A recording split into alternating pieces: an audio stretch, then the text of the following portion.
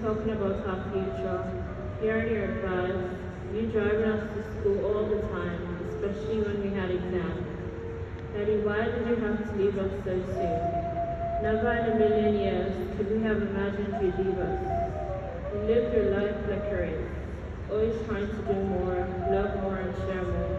We really thought you'd live forever, because your light was so bright it could never go out. No matter why have you done this to us? We absolutely cannot believe we'll never see you again, never hold your hand, never sit with you at night and talk, never laugh with you, never see the many stickers you would always used to send us. Who will we call in the middle of the night when no one else is awake and we have questions?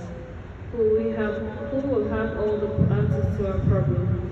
Who will conduct experiments at home just because we knew would study us that year?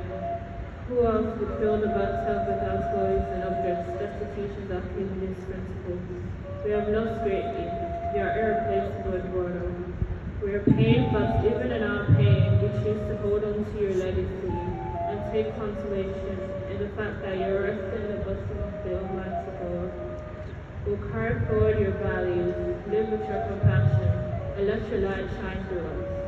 Though you are gone from sight, you remain forever in our hearts, our Father, our friend, our hero.